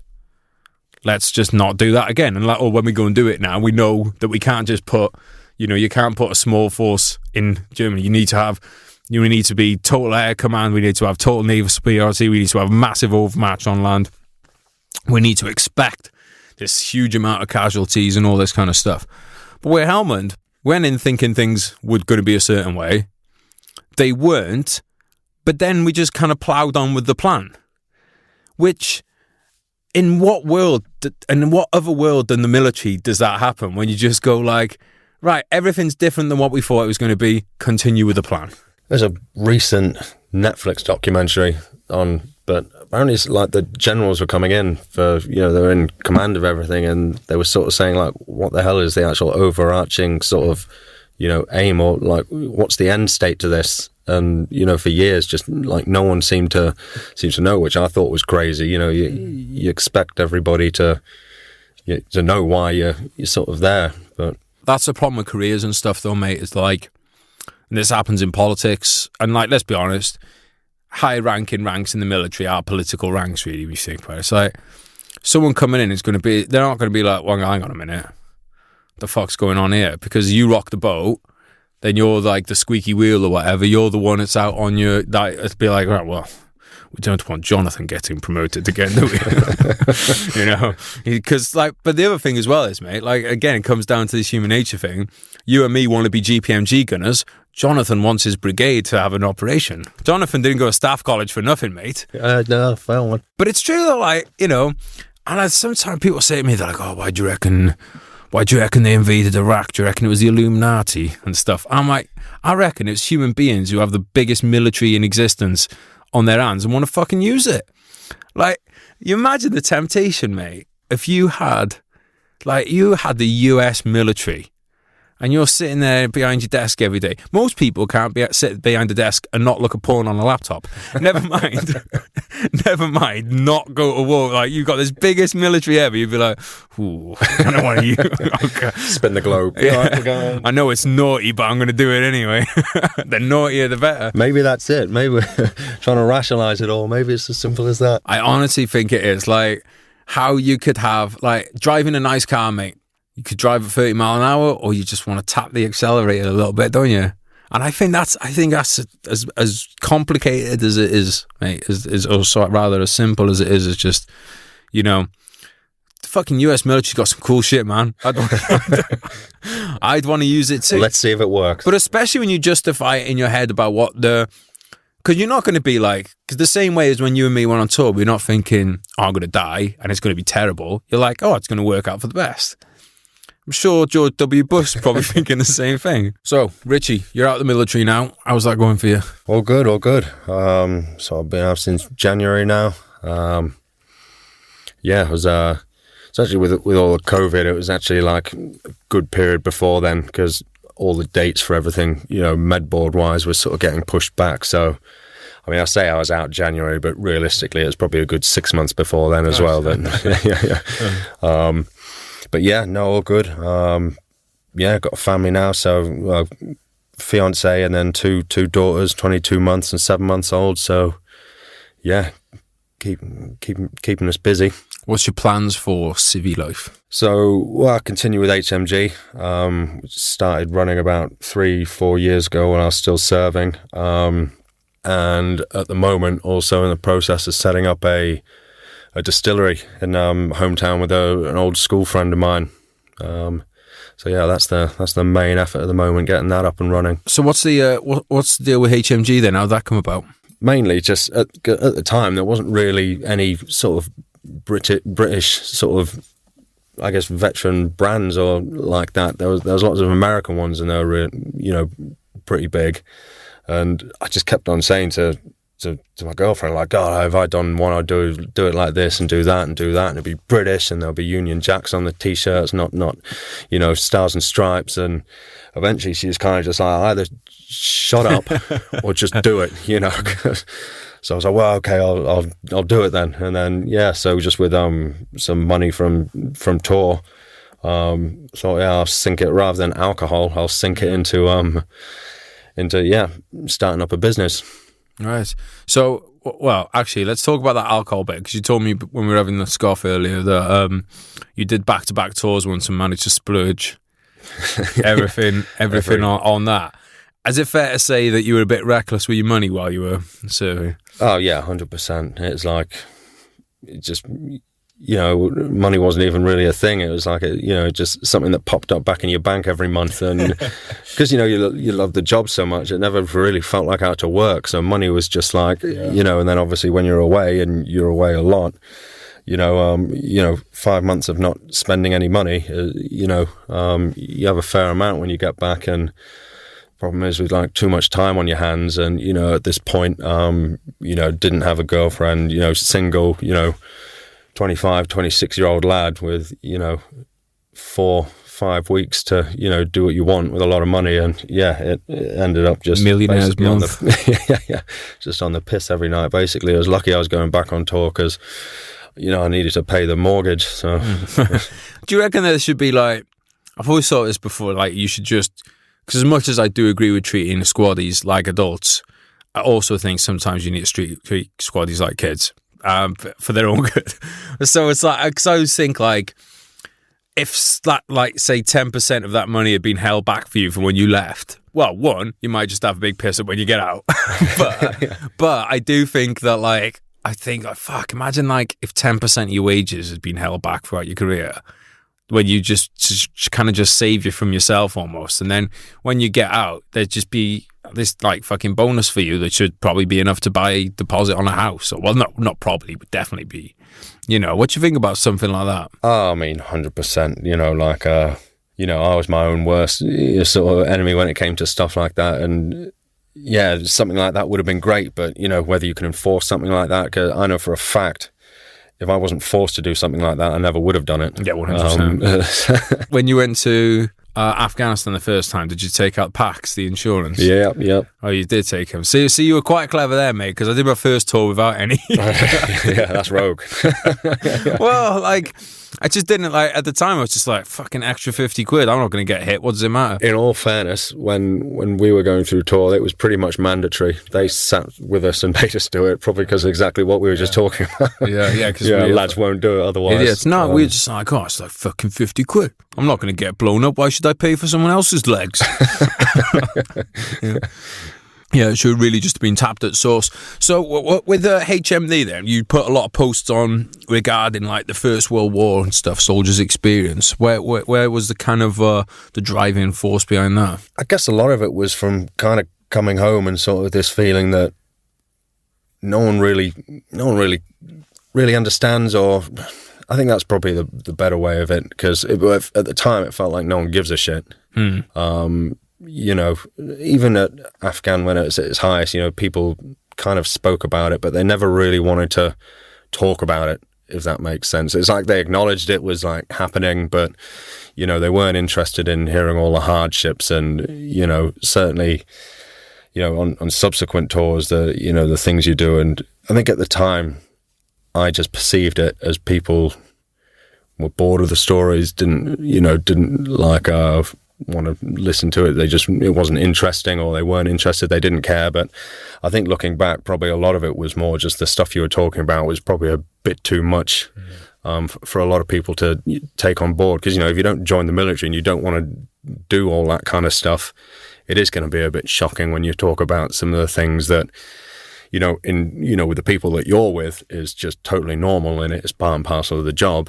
Whereas when you come home, and so a bit of that, but basically this feeling of, you know, feeling pretty, forgotten's the wrong word, but it kind of made me think, well, Jesus Christ, if I feel like this, what about those guys? You know, what about all these in sort of World War One? And when you start digging into the stories and the actual accounts of it, I was just like, how am I only just finding out about this now? Like, you know, and that kind of spurred me on, because it's like, well, it needs to be remembered, because if you don't remember, you know, the soldiers' experiences, what literally they went through in their own words, it's kind of like, well, what is remembrance? What are you even remembering?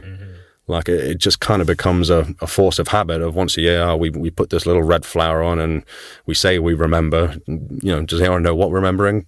No, don't worry about that. Just say we remember, and, you know, do your 2-minute silence, and we'll carry on. But I think it's very important that, you know, especially World War One, because that's where it all started from. This, you know, this act of remembrance. This, you know, incredibly important to remember, you know, exactly what it was that, you know, so many of those, you know, young lads sort of went through.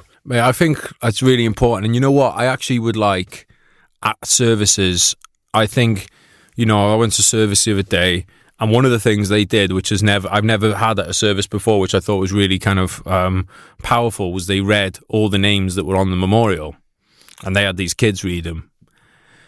And I thought that was really powerful, because it fucking went on and on and on. And you're looking around at this village, like, fucking, this place is tiny.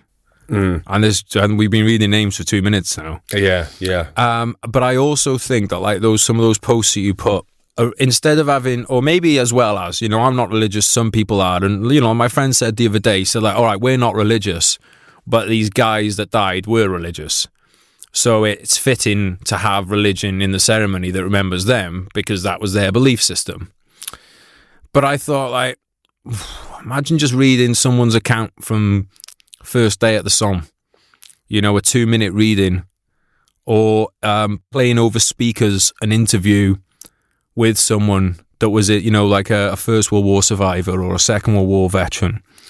And I thought we need to get more of that into these services, don't we?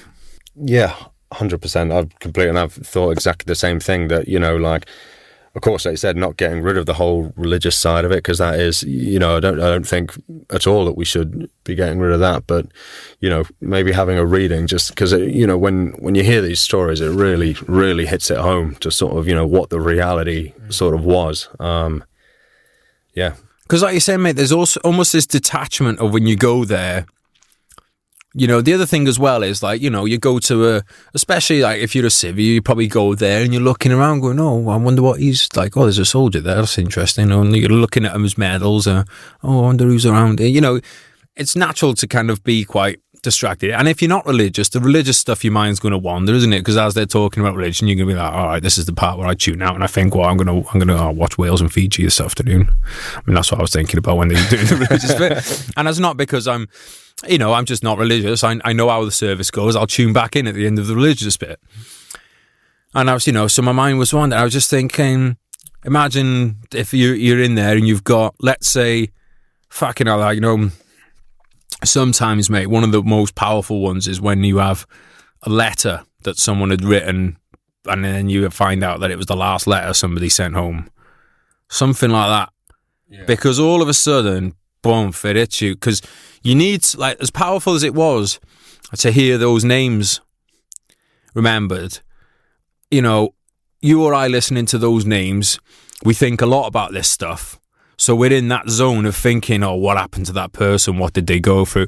A lot of people at their service just hearing the names because they don't have anything to tie it to, because they don't know what the experience, well, you and I don't know, only secondhand we know what the experience of being in the trenches is like, but we actively try and learn. But without that to tie the name to, the name would have meant nothing to me. But when we're hearing those names now, I'm like, fucking hell, this lad would have had to have climbed out of a trench ladder. How would he have been feeling? His heart's probably beating out of his chest. He probably wants to be sick, and that's when it becomes powerful. And I just think we need to get that in there. Like, how will you approach it with your kids? Again, it's something that will, they'll always sort of know about. Again, it's, I don't think it should be forced to, you shouldn't be forced to sort of, You're not reading in Forgotten Voices now. No, not yet. Although I did buy him a Vietnam book, I think. But she's not in, like, I tried to show her Afghan helmet cam footage, but she's just not in. She wants Peppa Pig. She wants, yeah. But, I just, tell them my sort of perspective on it. I guess one day go through sort of my experiences, but yeah. It's a tough one, mate, because I imagine you want to, like, one of the whole reasons to go to war is to shield your kids from war. But then on the other hand, it's like, it ties us back to what we talked about earlier, the whole kind of thing with safety. It's like, can you truly appreciate what you have in life if you don't know how bad life can be? But at the same time, you don't want to be like beating on someone for enjoying that life and those safeties. Exactly, yeah. So, and I think that's, for me, it was the same. And I think it is probably for a lot of people when you come home from these places and you see the kind of stuff that people are, really getting almost hysterical about. Like, for example, I remember in the news when ISIS cut off the heads of, 11 or 12 Christians on a beach somewhere. Beach, yeah. They cut their heads off, they videoed it, yeah. And all that was in the Western news at the time was this fucking lion that had accidentally been shot by a dentist who'd paid 40 grand to shoot. And don't get me wrong, I don't think, certainly nothing I would ever do, like pay any money to go and shoot a lion. But unless it was Uncle Scar, because he was a cunt. Apart from him. But you're kind of just there like, what is your, like, how do you prioritise if, that's happening? Yeah. And that's not just one incident either. That's like happening on a mass scale all across, Iraq, Syria, Libya, all this kind of stuff's happening. Some guy shoots a dentist. Some dentist shoots a lion. The lion was a dentist, but that's by the by. Everyone, and you're kind of there just like, Jesus Christ, Yeah, mate, it's absolutely mental. Like, as much as when the Sarah Everard thing happened, and like, obviously that was fucking terrible. And obviously, you know, people listening to the podcast know that I am not a fan of giving police these powers so things like that can happen. But at the same time, people, oh, this is why women aren't safe in the UK. This is why the UK is a patriarchy. I'm like, you have no fucking idea how safe the UK is. None. Yeah, I mean, like I said, going back to in Afghan, seeing little girls walk around for the first time was a shock. But you have to remember, it's not just because it's such a horrifically oppressive society. Part of it is because it is such a lawless society, and it's a very, very, that's where it's a dangerous place to be a young woman, a young girl. I mean, they get you can sell your kids. You can sell your kids. I mean, like, truth be told, mate, as well, there's plenty of people in the UK who'd sell their kids if they could. No, they would, though, mate. Like, let's be honest. Like, look, they're our bad parents, mate. Like, just because we're in the UK doesn't mean everyone. You're not talking about me, are you? I'm not talking about you, mate. You're not. You haven't given me that vibe. That's why I haven't made any offers. But there's 100%. I guarantee you, within a 10-minute radius of where we are now, there'll be somebody willing to sell their kids. Because humans are humans, mate, and like some people will do. Look. Put it this way: if people abuse their kids, definitely fucking willing to sell them, and there's no shortage of abused kids, unfortunately. And like these things happen, and I just think, like you said, mate, I think it's great. On one hand, I think it's great that we care that a dentist shot a lion. Great, that's awesome. It shows how far we have progressed in a lot of ways, but we can't lose sight of the reality, because the other thing as well, mate, there's this disconnect then. There's these people turning up on boats to live here. Well, yeah, mate, that's kind of connected to that story with the guys getting their heads chopped off. Yeah, because that's the other thing. It's like, I mean, fucking during World War II, and when Nazi Germany were on their rampage, there was no shortage of refugees then. When you read the accounts, the streets clogged up, people trying to get out of France and get away and stuff. It's not... it's more just an indication of how terrible things are. A lot of these people don't want to leave their country. As bad as it is over there, they love their country. It's just got to that point where it's like, well, my children will be dead if I stay here, or my daughter has no future if we stay here. So, Yeah, I think one of the things about like that is that it's lack of empathy, really, isn't it? Like, it's not very hard to... If you just to go, right, imagine I'm a 32-year-old dad living in Syria. I've got 2 young kids. Do I want to stay here? Probably not. It's not a hard conclusion to come. It's really not a hard conclusion to come to if you just put yourself, oh, well, they should want to fight for a better future for the kids. They might have been fighting for all you know. Maybe they were, but also sometimes there's when your country has been in civil war for... over a decade now, you can and the other thing as well, one, you can look at Afghanistan and go, all right, well, maybe the people that say they're going to help us are just going to fuck off and leave. That's part of it. And then the other part of it is like, well, okay, yeah, I could stay and fight here, but do I really want to keep my daughters here while that's happening when there's no end in sight, and they're probably just going to have this for their entire life? And I don't hold that against anybody leaving. And some people say, well, they leave without their families and stuff. Yeah, but maybe the idea is they go over here, get a job, and then bring them over. So I mean, look, I'm not saying this. Some people are just fucking cowards and just flee. They probably told their family they were off to get a pack of Marlboros and fucked off. Like, they definitely exist too. But like, I don't know, mate. I think it's very easy for the military community, veteran communities, those of us that like scrapping, to just be like, "Whoa, I don't understand why you're running away." I'd love to be there. Yeah. Well, but would you be if your mum and dad were and your sisters and that were there? You probably would know. And it's an incredibly complex situation, because on the one hand, like, you completely understand that why these people are coming over, but on the other hand, it's like, well, unfortunately, we can't take every single one of them. Like, this whole idea of open borders, to me, that's not going to work either.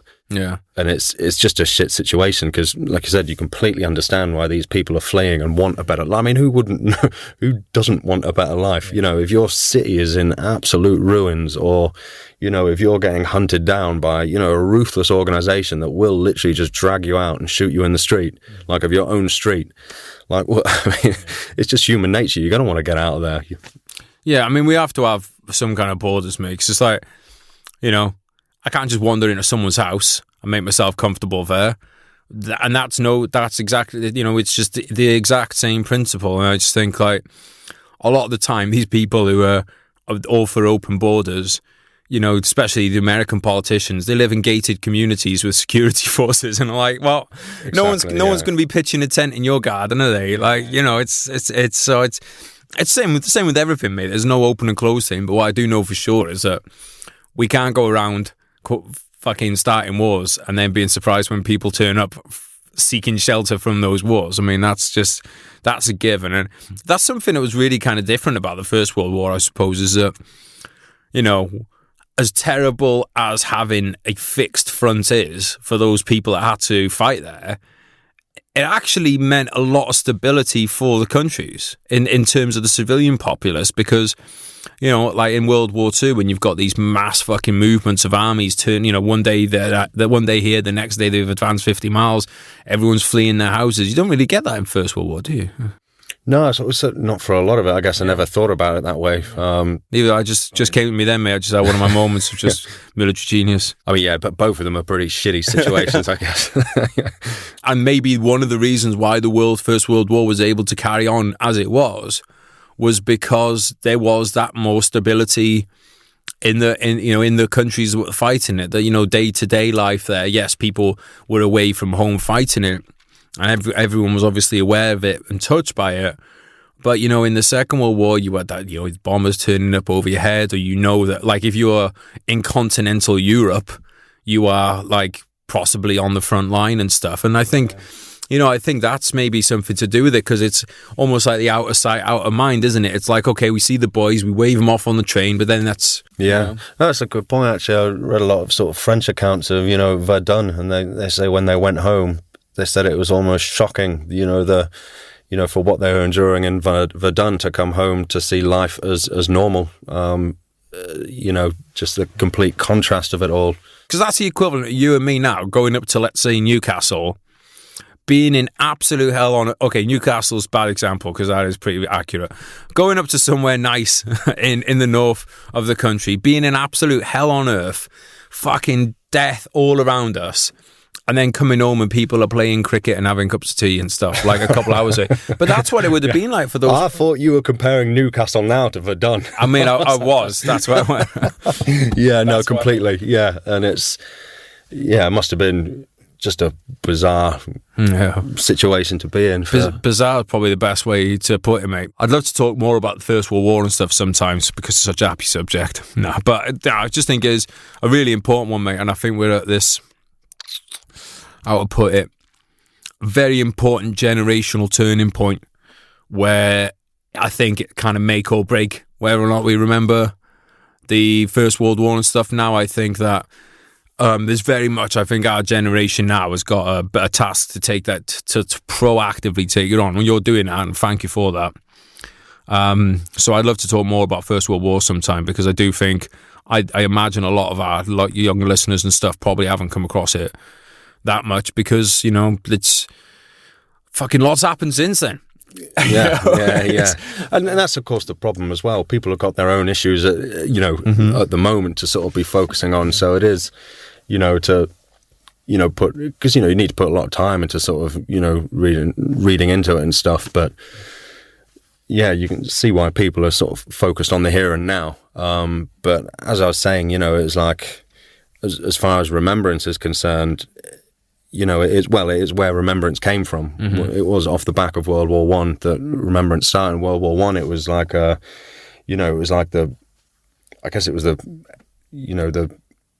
was it new age of, you know, of modern war. That was the dawn of like modern war, so to speak. It was like when all these new technologies were first being sort of introduced, like tanks, you know, planes.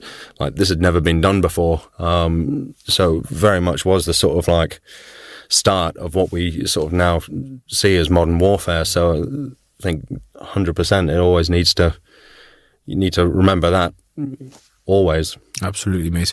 Any parting words for the listeners, mate? Drop some wisdom bombs on them. Oh, shit. You can freestyle, whatever you want to do, mate. I don't know. I think, probably said enough already. Well, let everyone know where they can find you online and that, mate. Okay, yeah, so HMG Clothing, and then, Instagram, Facebook, just, HMG_clothing, I think it is. I should know that. Should have known that coming in, mate. I'll link everything up in the show notes so people can go down there, a bit cheat code. And also just read some Richie's posts on there, because like you say, there's a lot of really good posts there, mate. I enjoy reading them. Thanks for coming down today, mate. Really appreciate it. We got to wrap up and get out of here. Cheers, mate. Cheers. Yeah. Listen.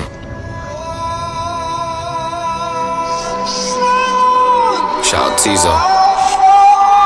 You told me not to worry, and you wouldn't break my heart. You told me you were sorry, yeah, my whole world fell apart. You said it's not my fault, and yeah, I've never done you wrong. I'm grinding to a halt, now I can see you're moving on.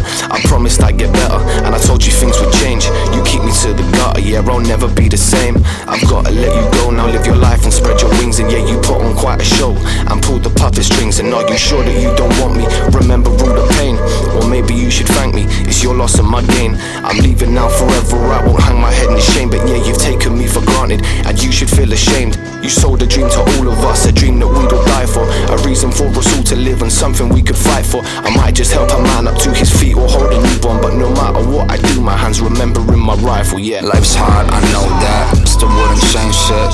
I wouldn't go back, yeah, I wouldn't go back. Feelings I hold back, memories fade, yeah, they go fast, yeah, they go fast. Good times to come and go, survive the highs and lows, just take it step by step, I guess, yeah, I suppose. Good times to come and go, survive the highs and lows, just take it step by step.